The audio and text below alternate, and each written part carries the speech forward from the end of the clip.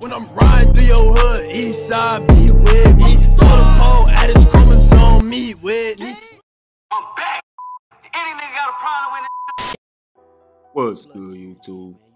It's your boy T, back with another video, man. And today, we're gonna be talking about MO3. Alright, so look, man. Now, rest in peace, the late Dallas rapper MO3. I cover him quite a bit on my hip-hop media platform, TZF Baby. You can go subscribe over there if you haven't. But as I stated, that's my media platform for music. So most of the time I speak of him is regarding music or like music drama that he's having, things of that nature. But over here on TZ Talks, my extension of my TZF Baby channel, where we have further discussions, where we analyze actual real life scenarios. And today we're going to be speaking on the particular subject of what young men could really learn from the demise of MO3. Actual valuable lessons. See a little about MO3's background just for my audience that's not familiar with him. He's a rapper born in McKinney, Texas. He later moved to Dallas, Texas. And that's pretty much where he jumped off the porch. And he had quite a hard upbringing during this time because he was involved in the street life. But during the same time, there's been numerous occasions he's been homeless, sleeping on buses, sleeping on trains, sleeping in cars. So you can say he actually know how it feels to struggle. So fast forward years later, once he reaches the pinnacle of his career and he can actually reap the benefits of that struggle, he became a pretty big music artist. And aside from that, he was a millionaire. It's always like the cliche saying, rags to riches. And you would think once one would obtain such a goal, the objective would be to no longer be within those environments that you had no choice but to be in during your upbringing. But for a lot of brothers out there who grew up in quote-unquote urban areas, the hood, once we reach a point of success, for some of us, it's kind of hard to erase once what we were, if you understand what I'm saying. You can take the nigga out of the hood, but you cannot take the hood out of the nigga. That's what they say. And unfortunately for a lot of us, that is the case.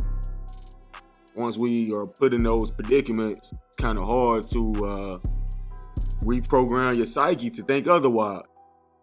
But MO3, as I stated, he was a millionaire. But of the day he met his demise, it was actually coming from an area where, for one, he's known to have enemies.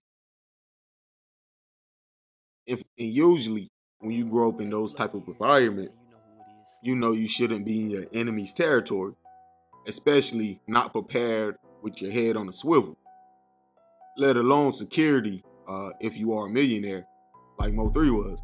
And like we all know, the one thing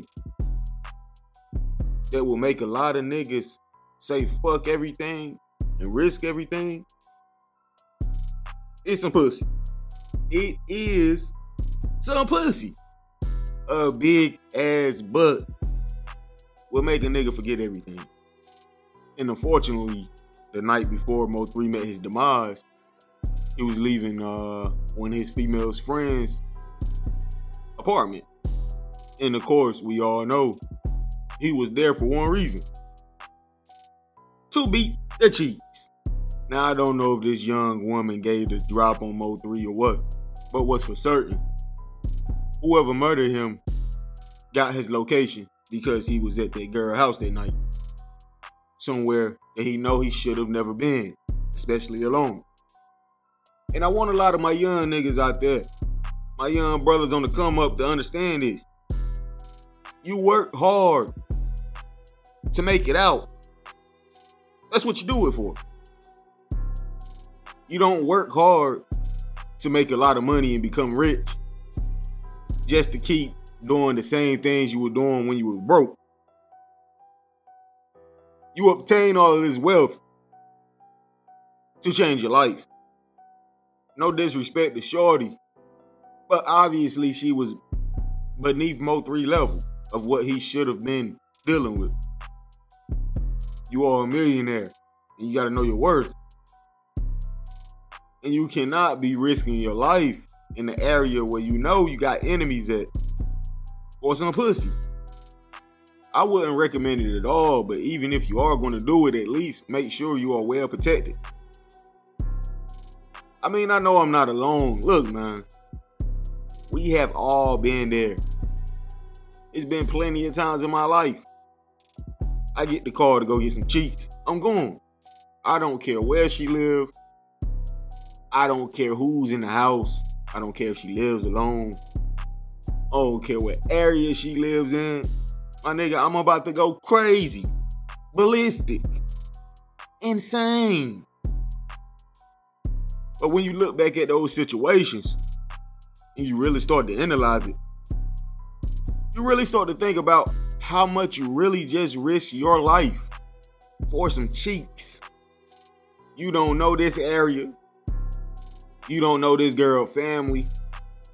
You don't know the type of people she around. You don't know her agenda at all.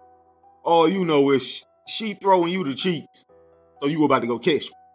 She throwing you the cheek, so you about to go catch her. But in all actuality, you don't know what the fuck you walking into, bro. And that's why you gotta have some type of discipline. I know you guys probably heard the term before, dick discipline. That's one of the most important things you can have in this lifetime. The power to turn down some ass. It's powerful, my nigga. Powerful. It could definitely take you out of a lot of situations you should have never been in the first place. It ain't that important, my nigga. Trust me. Go on X videos. Go on whatever you go on and go crazy. After you bust, you will not care anymore. You've saved time, a headache, and possibly your life just by having the discipline not to go fuck this girl that you know you should have basically never been messing with in the first place. I'm gonna tell y'all this and then I'm gonna end off the video. No matter male, female, homeboy, or a girl you wanna fuck, if they ain't got shit going on for themselves, leave them alone. It's that simple. Just leave them alone. You don't have to hate them. Don't have to have a problem with them. Just stop talking to them. Because they don't have shit going for themselves. And they ain't got nothing to lose. So why do you want to even put yourself around these type of people? I don't care how big her titties is, my nigga. I know they are big. I know her butt is huge. Booty is huge. It is crazy. Insane. But it ain't worth it. It's just not worth it. But anyway, man. How y'all feel about this? Let me know in the comment section, bro. Like, comment, subscribe. Hit that notification bell, man. Hey, man. Follow me on Instagram at TCFBaby252. I will be uploading on this channel weekly, just like I do on my other channel. So make sure you subscribe. But I'm gone. Prolific. Ay. Bitch, I'm in these streets. Fuck this industry. Bitch, I'm in these streets. Fuck this industry. Ay. Bitch, I'm in these streets. Fuck this industry. Bitch, I'm in these streets. Fuck this industry. Bitch, I'm in these streets.